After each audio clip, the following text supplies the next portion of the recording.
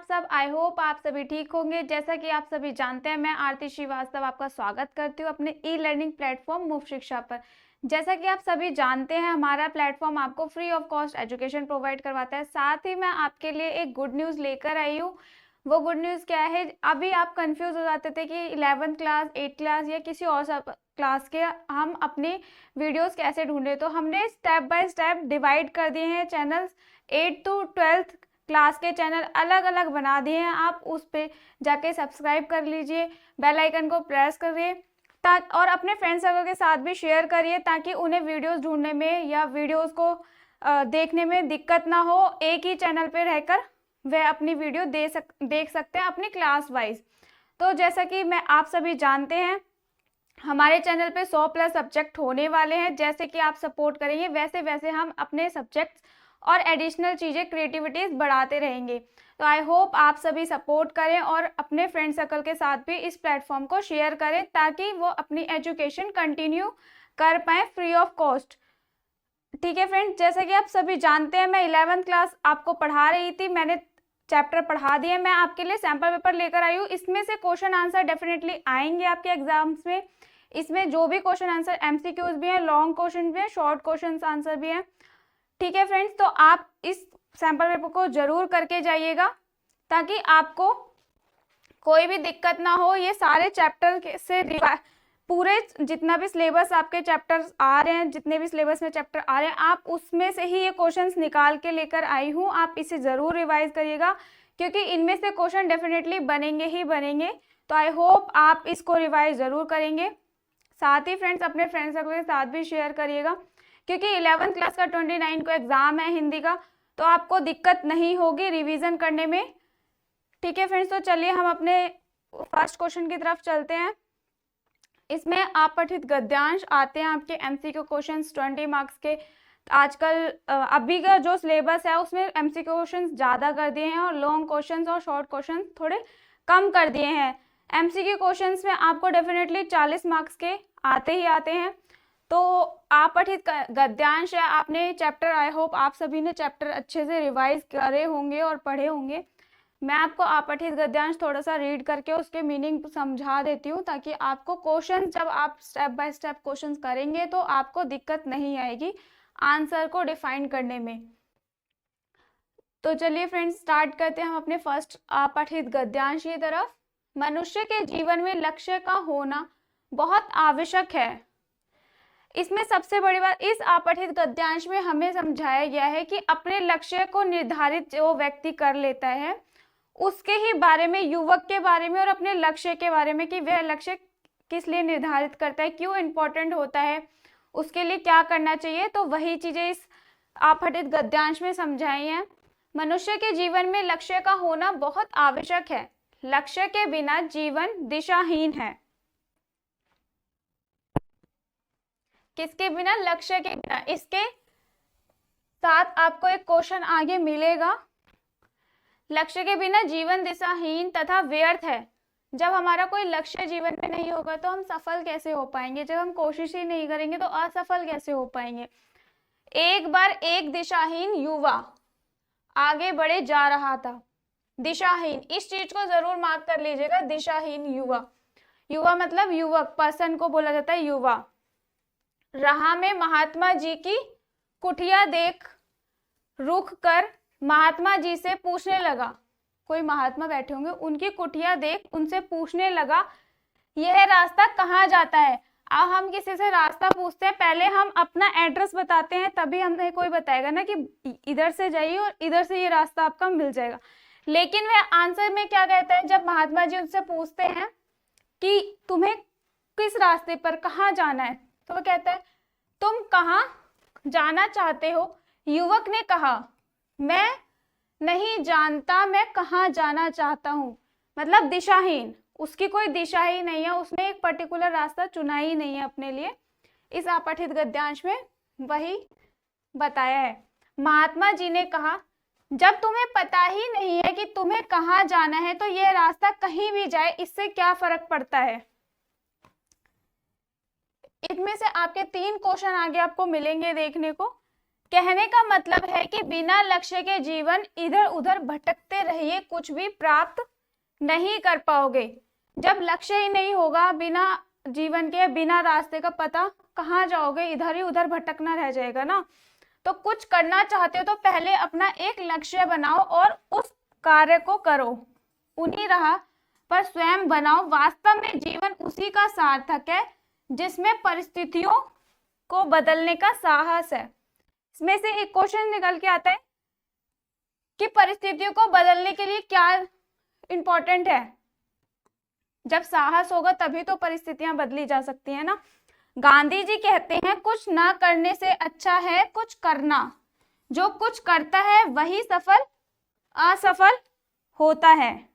हमारे लक्ष्य कुछ भी हो सकता है, क्योंकि हर इंसान की अपनी अपनी क्षमता होती है, अपना अपना पोटेंशियल होता है, उसमें कितना कैपेबिलिटी है कि वो क्या क्या चीजें कर सकता है, और उसी के अनुसार वह लक्ष्य निर्धारित करता है। इसी तरह किसी महिला का लक्ष्य आत्मनिर्भर होना हो सकता है। किसी महिला, आपसे क्वेश्चन पूछा जा सकता है कि महिला के लिए महिला के लिए अपना लक्ष्य किस पर निर्भर करता है? आत्मनिर्भर, और भी ऑप्शंस होंगे, ठीक है। ऐसा मानना है कि हर मनुष्य को बड़ा लक्ष्य बनाना चाहिए, किंतु बड़े लक्ष्य को प्राप्त करने के लिए छोटे छोटे लक्ष्य बनाने चाहिए। जब हम छोटी छोटी स्टेप बाय स्टेप छोटे छोटे चीजें करेंगे तभी हम बड़ा सोच पाएंगे ना, तभी हम बड़ा कर पाएंगे। तो पहले हमें छोटे छोटे चीजों में, छोटे छोटे लक्ष्यों में सफल होना पड़ेगा। जब हम छोटे लक्ष्य प्राप्त कर लेते हैं तो बड़े लक्ष्य को प्राप्त करने का हमें आत्मविश्वास आ जाता है। स्वामी विवेकानंद ने कहा था कि जीवन में एक ही लक्ष्य बनाओ और दिन रात उसी के बारे में सोचो। स्वप्न में भी तुम्हें वही लक्ष्य दिखाई देना चाहिए, उसे पूरा करने के लिए एक धुन सवार हो जानी चाहिए। जब तक हम किसी भी अपने गोल को सेट करके नहीं रखते कि हमें एक ही पर फोकस करना है, तब तक हम उस लक्ष्य को पूरा नहीं कर पाते। तो वही इस अपठित गद्यांश में आपको बताया गया है। बस सफलता आपको मिली ही समझो। जब आप कोशिश ही नहीं करोगे तो वो सफलता आपके पास, आप अपने लक्ष्य को पूरा कैसे कर पाओगे? सच तो यह है कि जब आप कोई काम करते हैं तो यह जरूरी नहीं कि सफलता मिले ही मिले। असफलता से भी घबराना नहीं चाहिए।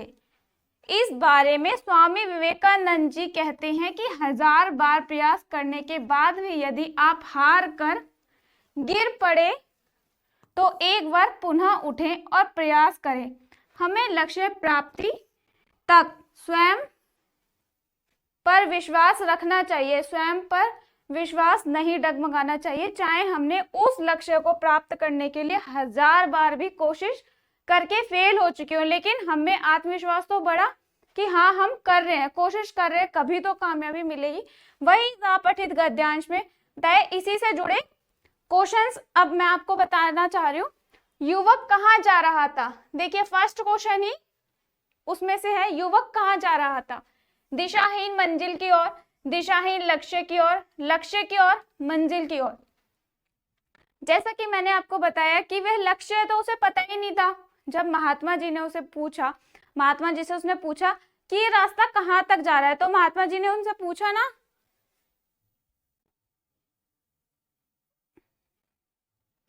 महात्मा गांधी जी ने पूछा ना, मनुष्य आवश्यक लक्ष्य के बिना दिशाहीन रास्ते पे, की कुटिया देखकर रुक गया, पूछने लगा कि ये रास्ता कहाँ जा रहा है। महात्मा जी ने पूछा तुम कहाँ जाना चाहते हो? युवक ने कहा मैं नहीं जानता कहाँ जाना चाहता हूँ। अब आप सोचेंगे ऑप्शन में ये तो है ही नहीं ऑप्शन कि मैं नहीं जानता मुझे कहाँ जाना है, लेकिन उसमें ऑप्शन में इसका मतलब हो गया दिशाहीन रास्ता। तो उस क्वेश्चन में ऑप्शन दे रखा है दिशाहीन मंजिल की ओर, उसे रास्ता पता ही नहीं था। आप ढूंढेंगे कि वो सीधी लाइन में लिखे, लेकिन कंफ्यूज कर दिया, तो आप इसमें से ये वाला आंसर सही लगाएंगे। किसी विद्यार्थी का लक्ष्य क्या होना चाहिए? जब तक हम किसी स्कूल में पढ़ते हैं, जब तक हमारी 12th क्लियर नहीं होती है, तो हमारा लक्ष्य क्या होता है? आत्मनिर्भर होना, सर्वाधिक अंक प्राप्त करना, परीक्षा में उत्तीर्ण होना, सफल बनना। आत्मनिर्भर होना तो हमारा स्कूल कॉलेजेस के बाद स्टार्ट होता है। परीक्षा में उत्तीर्ण होना ये सभी का लक्ष्य होता है। सफल बनना वो भी बाद में स्टार्ट होता है। सबसे ज्यादा क्या इसका आंसर सही होगा? सर्वाधिक अंक प्राप्त करना। विद्यार्थी का मेन लक्ष्य यही होता है कि अच्छे मार्क्स से मैं अपनी परसेंटेज अच्छी बनाऊं, अत्यधिक अंक प्राप्त करना। ठीक है। किसी महिला का लक्ष्य क्या होना चाहिए? मैंने आपको बताया ना, इससे क्वेश्चन आपका बन सकता है। किसी महिला का लक्ष्य क्या होना चाहिए? आत्मनिर्भर बनना, परावलंबी होना, खुश होना, गृहस्थ होना। ये सबके जीवन में है। गृहस्थ होना, खुश होना, आना जाना है। तो बचा क्या? आत्मनिर्भर होना। महिला के जीवन में मोस्ट ऑफ इंपॉर्टेंट है आत्मनिर्भर बनना। व्यक्ति अपना लक्ष्य कैसे निर्धारित करता है? अपनी क्षमता के अनुसार, अपने सुख के अनुसार, अपने दुख के अनुसार, या अपने कार्य के अनुसार। उस अपठित गद्यांश में ये चीज साफ साफ क्लियर करी है कि व्यक्ति अपना लक्ष्य कैसे निर्धारित करता है, विद्यार्थी अपना लक्ष्य कैसे निर्धारित करता है। जब तक वो अपनी 12th क्लियर कर रहा होता है, अपनी पढ़ाई स्टडी कर रहा होता है, तो उसका मेन मोटिव क्या रहता है? मेरे को अच्छे मार्क्स चाहिए एट एनी कॉस्ट, उसके लिए मेहनत करता है। अब इसमें पूछा अब व्यक्ति अपना लक्ष्य कैसे निर्धारित करता है, तो इसका आंसर है अपनी क्षमता के अनुसार। जितनी उसमें कैपेबिलिटी होगी, जितना उसमें पोटेंशियल होगा, वह उसी के हिसाब से अपना लक्ष्य निर्धारित करता है कि वह किस चीज में स्पेशल है, वह किस चीज को कर सकता है। छोटे लक्ष्य प्राप्त करने पर क्या होता है? आत्मनिर्भर बनना, मनुष्य में आत्मविश्वास आ जाता है, या मनुष्य सुखी हो जाता है, या मनुष्य दुखी हो जाता है। ये दोनों चीज हर किसी के जीवन में आती जाती है कि सुखी और दुखी। ठीक है, तो इसका तो ये तो ऑप्शन का आंसर हो ही नहीं सकता। बचे दो ऑप्शन। छोटे लक्ष्य प्राप्त करने पर क्या होता है? आत्मनिर्भर बनता है, लेकिन आत्मनिर्भर इसका आंसर नहीं होगा।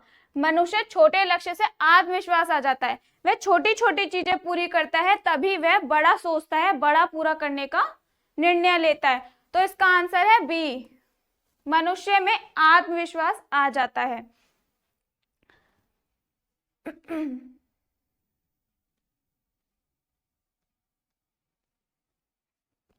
किसका जीवन सार्थक है? जो परिस्थितियों को बदलने की क्षमता, साहस रखता है, जो परिस्थितियों को बदलने का साहस नहीं रखता, जो इधर उधर भटकता रहता है, जो लक्ष्य पर पकड़ नहीं रखता। ठीक है, अब आप बताइए, मैंने आपको बताया क्या उसमें से क्वेश्चन बनेगा, किसका जीवन सार्थक है? अगर आपके जीवन में कोई भी परिस्थिति है, चाहे वो कैसी भी परिस्थिति हो, अगर हमें मान लीजिए हम एक विद्यार्थी हैं, हम क्लास में जा रहे हैं, लेकिन हमारी परिस्थिति है कि मैं मैथ्स में कमजोर हूँ। अगर मैं बोलूँ मैं मैथ्स में कमजोर हूँ या इंग्लिश में मैं कमजोर हूँ, तो परिस्थिति कैसी है? अगर मैं उसे बदलना चाहूंगी तभी बदला जाएगा ना। अगर आप लोग बदलना चाहेंगे तभी बदल सकते हैं। तो सेम क्वेश्चन यहीं पे कि किसका जीवन सार्थक है? तो इसका आंसर क्या होगा? जो परिस्थितियों को बदलने का साहस रखता है। जब साहस ही नहीं होगा तो परिस्थितियां कैसे बदली जा सकती हैं? दूसरे के ऊपर डिपेंड होकर तो परिस्थितियां नहीं बदली जा सकती। तो इसका आंसर ए है।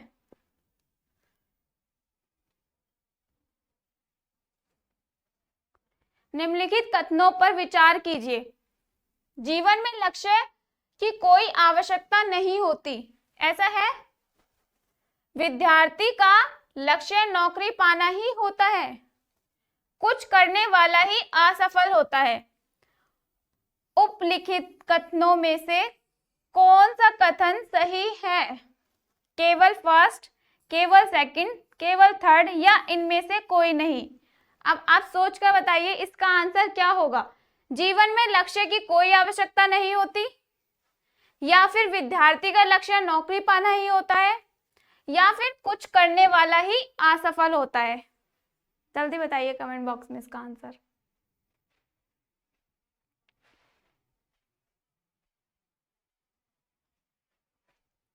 इसका आंसर है सी, यानी कि थर्ड। कुछ करने वाला ही तो असफल होगा। जब कोई कुछ करेगा ही नहीं, किसी चीज का एक्सपीरियंस ही नहीं लेगा, तो असफल कैसे होगा?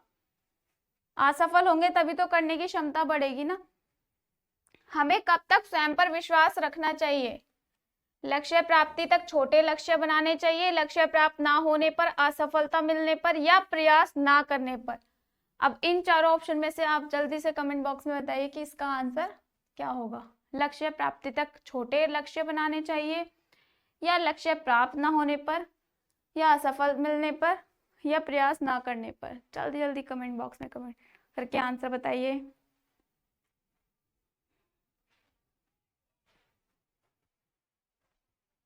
देखिए, उस अपठित गद्यांश में यही कहा है कि लक्ष्य बड़ा है, लेकिन बड़े लक्ष्य को पूरा करने के लिए हमें छोटे छोटे डिवाइड करने पड़ेंगे, छोटे छोटे पोर्शन निकालने पड़ेंगे, पार्ट्स क्लियर करने पड़ेंगे। हम सीधा 12th तो नहीं पहुंच जाते। स्कूल में एडमिशन होता है, नर्सरी केजी सब करते हैं, उसके बाद 12th पहुंचते हैं।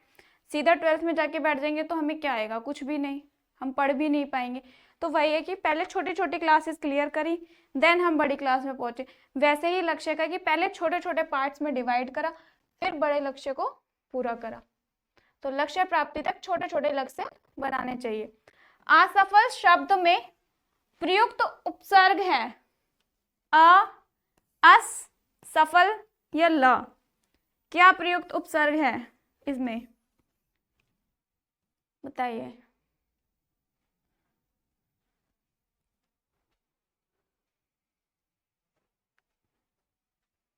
नॉर्मल सी बात है गाइस, इसका आंसर है ए, अ। असफल में सबसे पहले क्या आ रहा है हमारा? ए, असफल में।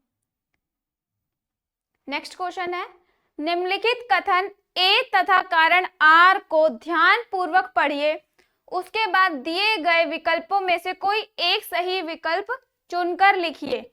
कथन ए में क्या है? हर इंसान का लक्ष्य उसकी क्षमता के अनुसार ही होता है। कारण आर में है, लक्ष्य प्राप्ति तक मनुष्य को स्वयं पर विश्वास रखना चाहिए। तो इसका कथन कौन सा सही होगा? कथन ए तथा कारण आर दोनों सही है।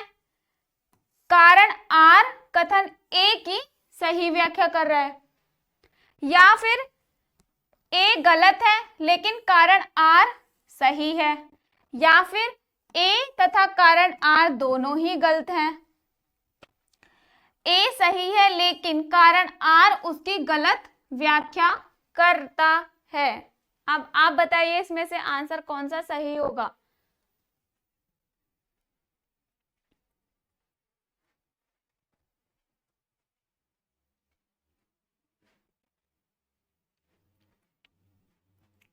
चलिए, इसका आंसर है कथन ए, मतलब डी। ए सही है लेकिन कारण आर उसकी गलत व्याख्या करता है। हम सेकंड अपठित गद्यांश में चलेंगे। अनुच्छेद को ध्यान पूर्वक पढ़कर प्रश्नों के उत्तर दीजिए। इसको मैं शॉर्ट में आपको, इस अपठित गद्यांश को मैं शॉर्ट में आपको समझा देती हूँ, ठीक है फ्रेंड्स, ताकि आपके क्वेश्चन सारे कंप्लीट हो पाए। मैं हूं उनके साथ खड़ी जो सीधी रखते अपनी रीढ़ मतलब रीढ़ की हड्डी नहीं। कहीं सोचने लग जाओ रीढ़ की हड्डी, रीढ़ की हड्डी नहीं। मैं हूं उनके साथ खड़ी मतलब मैं उनके साथ खड़ी हूं जो स्टे फॉरवर्ड, निर्भय होकर अपनी बात बोलते हैं, सीधे बोलते हैं, किसी से डरते नहीं है। मैं उनके साथ खड़ी हूं, ये इनकी रचयिता है जो पाठ की वह बोल रही है। कभी नहीं जो तज सकते, जो अपनी बात से कभी नहीं टलते। अपना न्यायोचित अधिकार, अपने न्यायों के अधिकार को जानते हैं। कभी नहीं जो सह सकते, जो गलत नहीं सहते। शीश नवाकर अत्याचार, जो सर झुकाकर अत्याचार को सहन कर लेते हैं। एक अकेले हो या उनके साथ खड़ी भीड़ हो भारी, चाहे एक अकेला खड़ा हो, चाहे भीड़ बहुत सारी खड़ी हो, लेकिन मैं हूं उनके साथ खड़ी जो सीधी रखते अपनी रीढ़। निर्भय होकर घोषित करते जो अपने उदार विचार। निर्भय होकर मतलब सामने जो अपने विचार प्रकट करते हैं, वर्णन करते हैं अपने विचारों का। जिनकी जीवा, इसे बोलते हैं जीवा। जीवा मतलब मुंह, जिससे वे मतलब जिससे वे बात बोलते हैं अपनी, जो अपनी जीवा मतलब अपनी बात से विमुख नहीं होते हैं। जिनकी जीवा पर होता उनके अंतर का अंगार, जो उनके अंदर अंगार। अंगार मतलब जैसे होता है ना, कोई लक्ष्य होता है हमारा, हमें अपने सेट को, गोल को सेट करके रखते हैं, तो उसके लिए बिल्कुल पागल हो जाना कि भाई मुझे ये चीज पूरी अपने लक्ष्य तक पहुंचना है, कैसे भी मेहनत करके पूरा करना है। वही नहीं जिन्हें चुप कर सकती है आती है तो की शमशीर। मैं हूं उनके साथ खड़ी जो सीधी रखते अपनी रीढ़। नहीं झुका करते जो दुनिया से करने को समझौता। ऊंचे से ऊंचे सपनों को देते रहते जो न्योता। दूर देखती जिनकी पैनी आंख भविष्य तक का तमचीर। जो दूर से मतलब इसका, इस लाइन का ही मीनिंग पूरा यही है, जो दूर से अपना भविष्य पहले ही सोच कर रख लेते हैं, पहले ही पता कर लेते हैं कि हमें अपने भविष्य में क्या करना है। मैं हूं उनके साथ खड़ी सीधी रखते अपनी रीढ़। इसके क्वेश्चंस देख लेते हैं। रचनाकार किस तरह के लोगों का अपना समर्थन करती हैं? किस प्रकार के लोगों का करती हैं? अवसरवादी एवं लालची लोगों का, या फिर मौका परस्त लोगों का, सत्ता पर नियंत्रण रखने वालों का, अपनी रीढ़ सीधी रखने वाले अर्थात स्वाभिमानी लोगों का। इसको आपको एक पद के रूप में इसका पठित गद्यांश दे रखा है। अब आप सोचेंगे कि डिफाइन तो करा नहीं है, तो इसके आंसर किस तरीके से ढूंढेंगे। अब इसमें साफ साफ लिखा है, मैं हूं उनके साथ खड़ी सीधी रखते अपनी रीढ़, कभी नहीं जो तर सकते। वे कैसे? स्वाभिमानी लोगों का साथ देती है, ना कि अत्याचार सहने वाले लोगों का। तो अब आप आंसर बताइए कि इसका आंसर क्या होगा।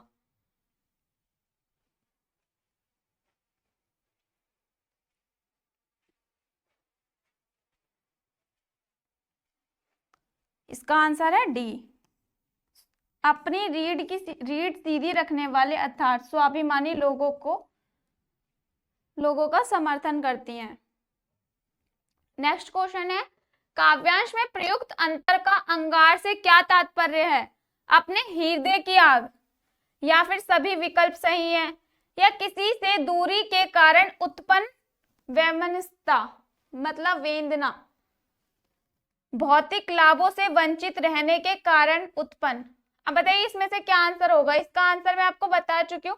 अंतर अंगार मतलब कैसा अंगार? हर एक चीज के लिए हमें अपना सोच पहले से डिसाइड करा होता है कि हमें ये चीज पूरी, तो इसके क्या आंसर होगा? अपने हृदय की आग, जो उसके अंदर जिस चीज को पाने की आग लगी हुई है, जिस चीज को उसने सोच लिया है कि भाई ये चीज मेरे को पूरी करनी है या मुझे अच्छी परसेंटेज लानी है तो लानी है, उस वे में अपने हृदय की आग। इसका फर्स्ट ऑप्शन सही है। अपनी रीढ़ सीधी रखने वाले अर्थात स्वाभिमानी एवं कर्मठ लोग निम्न में से क्या नहीं करते हैं? कर्मठ लोग का मतलब होता है निर्भय लोग, जो किसी के आगे झुकते नहीं है, कोई भी अत्याचार नहीं सहन करते। स्वाभिमानी लोग अत्याचार को सहन या न्यायोचित अधिकार की मांग या ऊंचे सपने यानी महान लक्ष्यों के नियंत्रित सत्य का सामना का चारों ऑप्शन है आपके पास। इन चारों ऑप्शन में से आंसर बताइए, क्या आंसर होगा।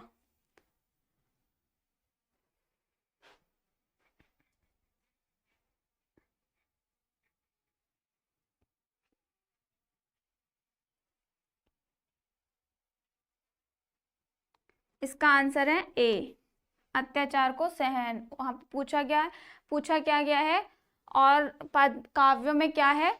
अपनी रीढ़ सीधी रखने वाले अर्थात स्वाभिमानी एवं कर्मठ लोग निम्न में से क्या नहीं करते, यानी कि अत्याचार जो नहीं सहन करते। काव्यांश में प्रयुक्त शब्द अत्याचार में मौजूद उपसर्ग को चिन्हित करिए।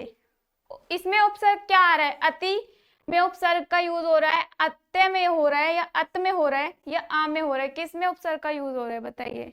अत्याचार शब्द में।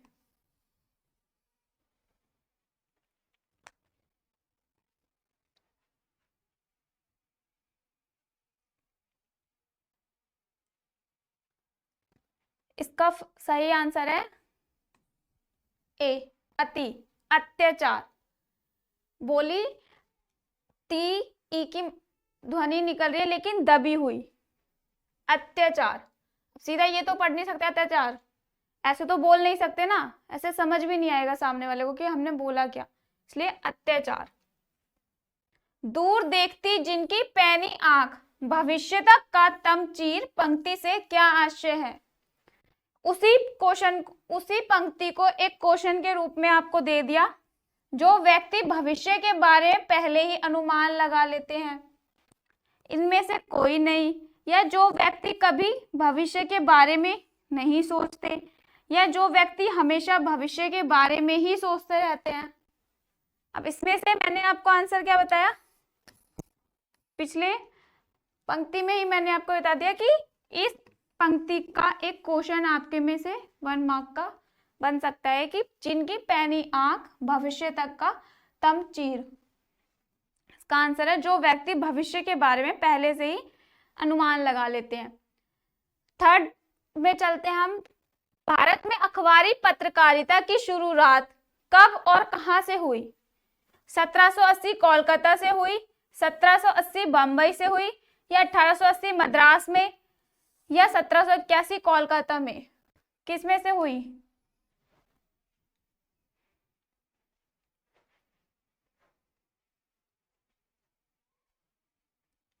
इसका सही उत्तर है 1780 कोलकाता में। रेडियो माध्यम की निम्नलिखित में से कौन सी खामी नहीं है? खामी नहीं है, खामी बतानी नहीं है, उसने पूछा खामी नहीं है। किस चीज के लिए उत्तम है रेडियो? सूचना का त्वरित माध्यम नहीं है, दोबारा सुनने या लौटकर सुनने की सुविधा नहीं होती, यह साक्षर व निरक्षर दोनों के लिए उपयोगी है, श्रोता को बुलेटिन प्रसारण का इंतजार करना पड़ता है। आप बताइए इसमें से कौन सा क्वेश्चन सही आंसर सही होगा? इसका आंसर सही है second option, sorry third option. यह साक्षर व निरक्षर दोनों के लिए ही उपयोगी है। उसमें खामी नहीं पूछी है, खामी बतानी नहीं है, ये चीज हमेशा कंफ्यूज मत हो जाना। वेबसाइट पर विशुद्ध पत्रकारिता शुरू करने का श्रेय किसे जाता है? बीबीसी को, या इंडियन एक्सप्रेस को, टाइम्स ऑफ इंडिया को, या तहलका.com को? जल्दी से इसका आंसर बताइए।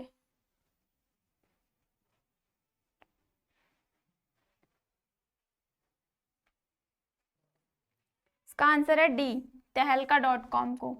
हिंदी का प्रथम साप्ताहिक पत्र है आज, गांडीव, या बंगाल गजट, या उद्दंत मार्तंड?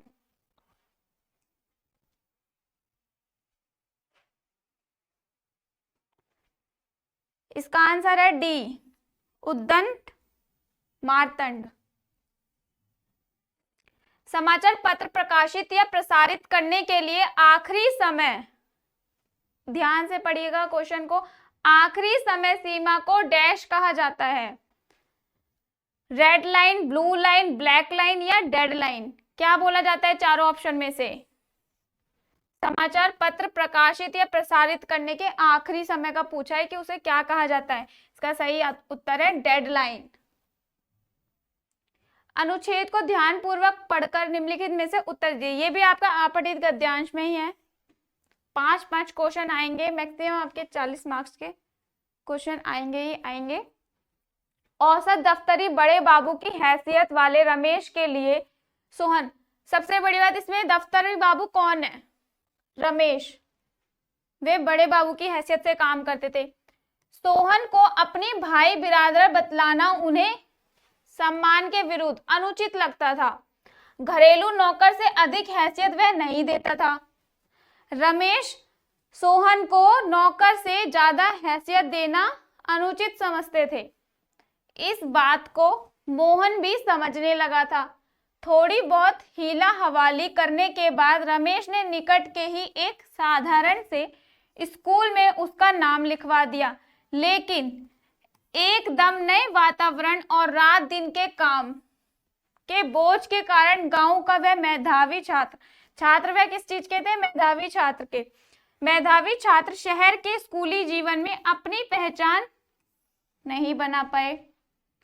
उसका जीवन एक बंधी बधाई लीक पर चलता रहा। उसके जीवन में कुछ परिस्थितियां चेंज ही नहीं हुई उस जीविका के कारण। जीविका आप वेतन बोल सकते हैं जीविका को।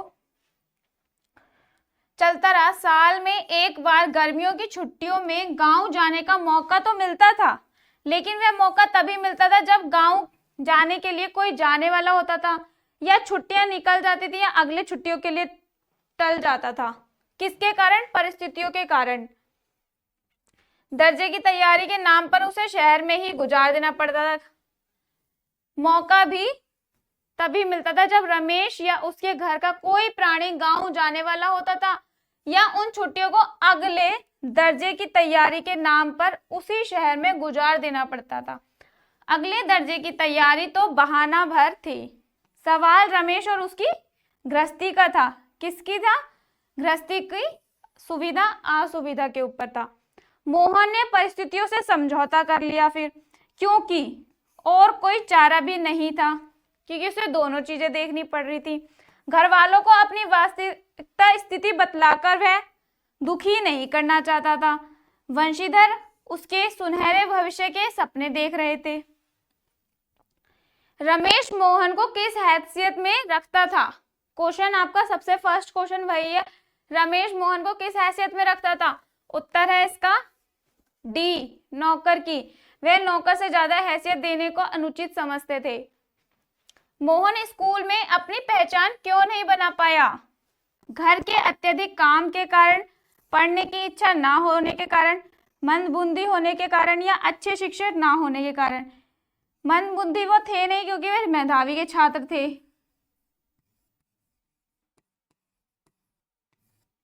ठीक है फ्रेंड्स,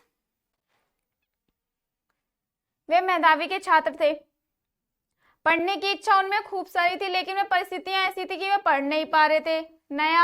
नए नए वातावरण थे, नए नए लोग थे, इस वजह से वे उसमें ढल नहीं पा रहे थे। अच्छे शिक्षक का वे कारण बता नहीं रहे थे। तो बचा फर्स्ट ऑप्शन, घर के अत्यधिक काम के कारण। मोहन ने अपनी वास्तविक स्थिति घर वालों को क्यों नहीं बताई? क्योंकि वे अपने घर नहीं लौटना चाहता था, क्योंकि उसे घर की दीन दशा पता थी, या फिर घर वाले उसे सुनना नहीं चाहते थे, या क्योंकि उसके पास कोई नौकरी नहीं थी। नौकरी भी थी, घर वाले भी सुनते, लौटना भी चाहते थे। इसका सही उत्तर क्या होगा इन चार ऑप्शन में से? इसका सही उत्तर है बी, क्योंकि उसे घर की दीन दशा पता थी। मोहन को गांव जाने का मौका कब मिलता था? जब उसका मन नहीं होता था, जब उसे अगले दर्जे की तैयारी करनी होती थी, या जब उसका मन होता था, या जब रमेश के घर का कोई सदस्य गांव जाता था। बताइए इस चार ऑप्शन में से क्या उत्तर होगा?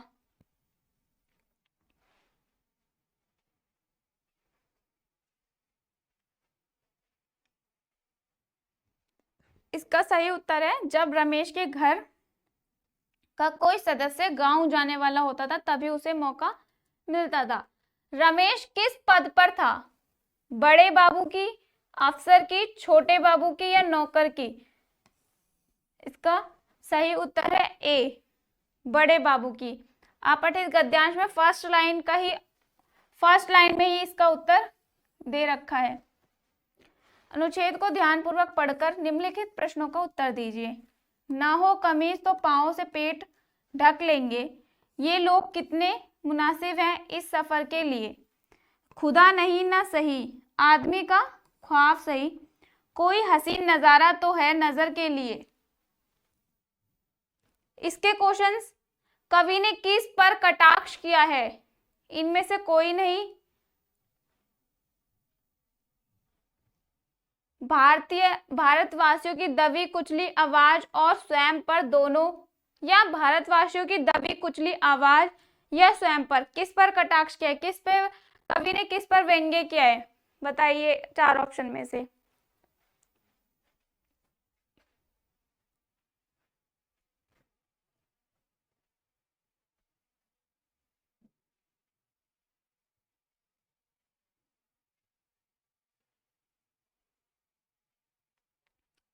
इसका सही उत्तर है स्वयं पर। कवि ने स्वयं पर ही कटाक्ष व्यंग्य किया है।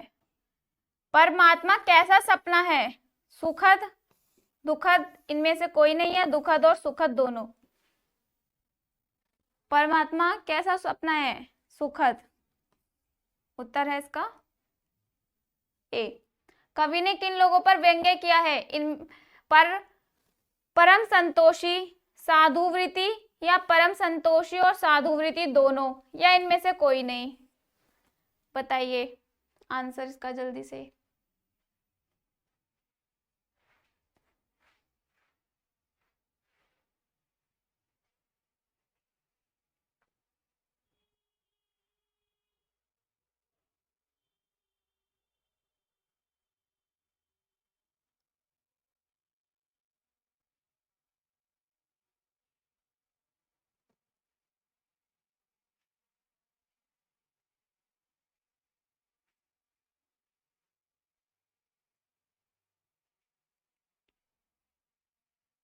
इसका सही है डी। नजर का अर्थ है निगाह, परीक्षा, दृष्टि, निगाह और दृष्टि दोनों।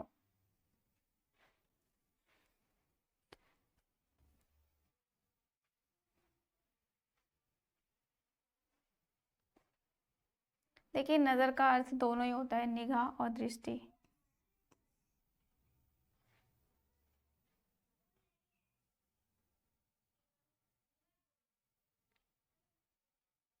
सफर का समानार्थी है निगाह, परीक्षा, दृष्टि, निगाह और दृष्टि दोनों, बताइए सफर का।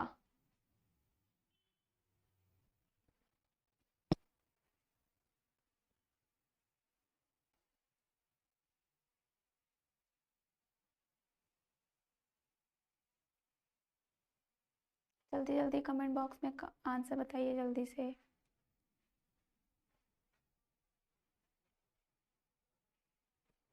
इसका भी यही होगा। भारतीय गायिकाओं में बेजोड़ लता मंगेशकर।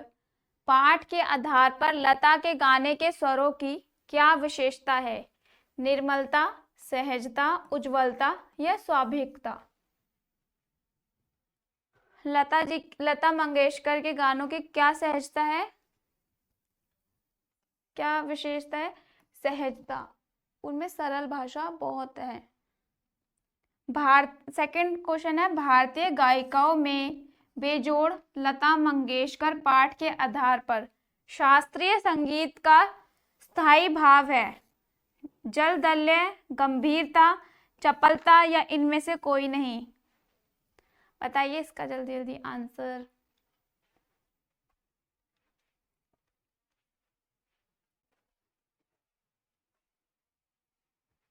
इसका सही उत्तर है बी, गंभीरता।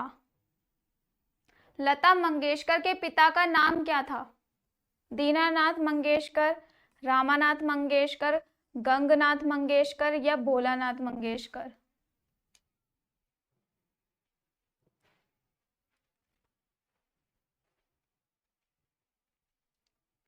इसका सही उत्तर है ए, दीनानाथ मंगेशकर। आलो आधारित किसकी आत्मकथा है, जेठू की, बेबी की, तातुश की या रविंद्रनाथ ठाकुर जी की, जल्दी जल्दी आंसर बताइए।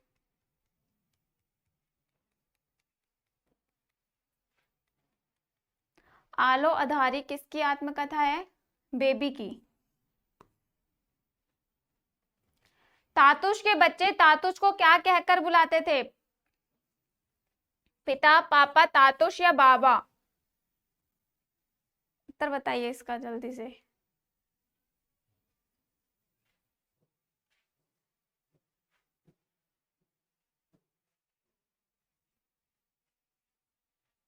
उत्तर है बी डी बाबा। तातुष के बच्चों में सबसे कम बोलने वाला लड़का कौन था? सुखदीप, अर्जुन, रमन, अर्जुन और रमण दोनों।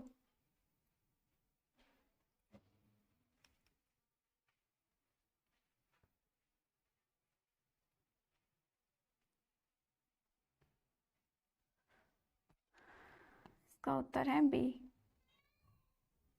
गंधार शैली और तिब्बत शैली में बनी हुई बुद्ध की प्रतिमा में क्या अंतर है? अपना अपना संगीत, अपनी अपनी कला, अपनी अपनी बनावट, उनकी क्षेत्रीय पहचान।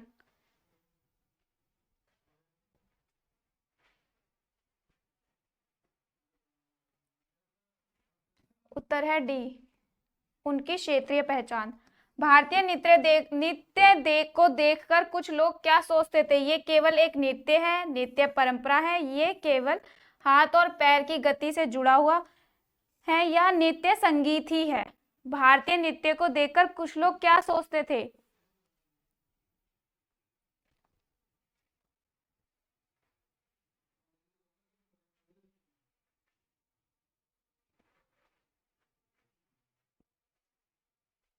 दोनों चीजें होती है नृत्य में, कला भी होती है और पैर और गति दोनों से जुड़ा हुआ होता है। भीतर की चिनाई के लिए सबसे उम्दा लकड़ी कौन सी होती है? अरंडी, आक, कैर या बावल? जल्दी से आंसर बताइए ताकि आपको भी ज़्यादा टाइम वेस्ट ना हो, आपको भी ज़्यादा से ज़्यादा क्वेश्चन पता चल सके।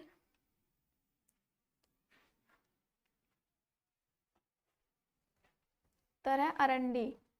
डंगालो शब्द का क्या अर्थ है? राजस्थान की रजत बूंदे, पेड़ की लकड़ी, पेड़ की जड़ें, पेड़ या पेड़ के तने। डंगालो,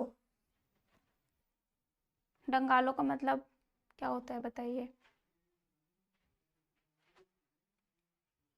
डंगालो मतलब होता है पेड़ के तने। इसका आंसर है डी। देखिए फ्रेंड्स, मैंने आपके लिए सारे मैक्सिमम एमसीक्यू क्वेश्चंस सारे चैप्टर्स के कंप्लीट करा दिए हैं। साथ ही फ्रेंड्स मैं आपको इनमें से क्वेश्चंस बता दे रही हूँ जो आपके 5 और 10 मार्क्स के आने वाले हैं। इनमें से आपको 2 क्वेश्चंस करने होंगे, ये 5 मार्क्स के होंगे आपके। इसके आंसर आप जरूर, अगर आप चाहते हैं कि इसके आंसर मैं आपके लिए लेकर आऊँ, तो आप मुझे कमेंट बॉक्स में कमेंट करके ज़रूर बताइएगा, देन ही मैं आपको उसकी आंसर्स भी बता दूंगी। फर्स्ट क्वेश्चन है, बरसात में प्रकृति का रूप विषय पर रचनात्मक लेख लिखिए, या फिर काल की सैर सब विषय रचनात्मक लेख लिखिए, या शिक्षा के व्यवसाय विषय में लेख लिखिए। इनमें से 2 क्वेश्चंस आपको करने होंगे, जरूर ये पढ़ के जाइएगा चैप्टर। सेकंड है, ये भी 5 मार्क्स के क्वेश्चन होंगे, इसमें से भी आपके 2 क्वेश्चन होंगे, ये भी आपके 10 मार्क्स के हैं। एक क्वेश्चन 5 मार्क्स का होगा। डायरी, ये डायरी के चैप्टर में से आया। डायरी कैसे और किस में लिखनी चाहिए? पटकथा की मूल इकाई क्या है और कैसे है? डायरी साहित्य का वर्गीकरण किन किन श्रेणियों में किया जाता है? नेक्स्ट है, जो आपके 5-5 मार्क्स के ही होंगे, इनमें से भी 2-2 क्वेश्चन करने होंगे। घर की याद कविता में कवि का भरा पूरा घर आज परिताप का घर क्यों है? या कवि अवतार सिंह पाश में कौन कौन सी स्थितियां बताई हैं जो वे सबसे खतरनाक है? आओ मिलकर बचाएं कविता का प्रतिपाद्य लिखिए। इनमें से भी क्वेश्चन 2 करने होंगे, 5 मार्क्स के क्वेश्चन होंगे, 5-5 के। ठीक है, इनके आंसर मैं आपको नहीं बता रही हूँ, मैं आपको इंपॉर्टेंट क्वेश्चन बता रही हूँ। ये चैप्टर्स आप जरूर क्लियर करके जाइएगा, इनमें से क्वेश्चन आपके डेफिनेटली आएंगे ही। हम तो एक एक करी जाना, ये संतों के पाठ में से आया है जो मैं आपको करवा चुकी हूँ, तो आप उस वीडियो को जाकर जरूर चेक करिए। मैंने ये चैप्टर आपको बहुत ही सरल भाषा में, पूरा काव्यखंड बहुत ही सरल भाषा में आपको समझाया। आपको इजीली पढ़ने का चैप्टर जरूरत ही नहीं है, आपको इजीली सुनकर याद हो जाएगा, तो आप जरूर देखिए। चंपा काले काले अक्षर नहीं चीनती, कविता में आपके विचार में चंपा ने ऐसा क्यों कहा होगा कि मैं तो नहीं पढ़ूंगी? अक महादेवी ये भीख मांगने की प्रार्थना क्यों करती हैं? भूख से व्याकुल लोग होते हैं, इस वजह से वे ऐसी प्रार्थना करते हैं। ये 5-5 मार्क्स के क्वेश्चन होंगे। ये आपका एक क्वेश्चन होगा 10 मार्क्स का होगा। 10, राजस्थान में कुएं किसे कहते हैं? इसकी गहराई और व्यास तथा सामान्य कुओं की गहराई और व्यास में क्या अंतर होता है? तुम दूसरी आशापूर्ण देवी बन सकती हो। जेठू का यह कथन रचना संसार के किस तथ्य को उद्घटित करता है? आलो आधारी पाठ के आधार पर उत्तर दीजिए। इनमें से एक क्वेश्चन करना होगा, 10 मार्क्स का होगा। ये क्वेश्चन जरूर कंप्लीट करके जाइएगा। निम्नलिखित प्रश्नों में से किन्हीं दो के उत्तर दीजिए। ये 5 मार्क्स के क्वेश्चन होंगे। भारत माता पाठ का प्रतिपाद्य बताइए। यह नमक का दरोगा कहानी, मैं ये आपको अगली वीडियो में चैप्टर कंप्लीट करा दूंगी, तो आपको कोई दिक्कत नहीं है। रजनी पाठ में गलती करने वाला तो है ही गुनहगार, पर उसे बर्दाश्त करने वाला भी कम गुनहगार नहीं होता। इसका आप जरूर करके जाइएगा ये क्वेश्चन। ठीक है फ्रेंड्स, इन्हीं क्वेश्चन के साथ हमारी आज की वीडियो कंप्लीट होती है। मैक्सिमम मैंने आपको एमसीक्यू क्वेश्चंस करा दिए हैं। लॉन्ग क्वेश्चंस अगर आप चाहते हैं कि मैं आपके लिए लॉन्ग क्वेश्चंस लेकर आऊँ, लॉन्ग क्वेश्चंस के आंसर लेकर आऊँ, तो आप कमेंट बॉक्स में कमेंट करके ज़रूर बता दीजिएगा। संतो देखत ये जग बोराना, इसके साथ भी क्वेश्चंस आएंगे, इसके काव्य खंड भी आएंगे, तो मैंने आपको क्लियर करवा दिया, तो आप उसको ज़रूर देख कर जाइएगा वीडियो को, और इन क्वेश्चंस को ज़रूर कर लीजिएगा क्योंकि ये मोस्ट इंपॉर्टेंट क्वेश्चंस हैं। आई होप आपको मेरी वीडियो अच्छी लगी होगी और आपको क्वेश्चन आंसर सब समझ आए होंगे और पसंद भी आए होंगे। तो साथ ही फ्रेंड, जैसा कि मैंने आपको बताया कि आप हमारे चैनल पर जाकर अलग अलग क्लासेस के चैनल बना दिए हैं, उसको सब्सक्राइब करिए और साथ ही अपने फ्रेंड सर्कल के साथ भी शेयर करिए। Thank you so much.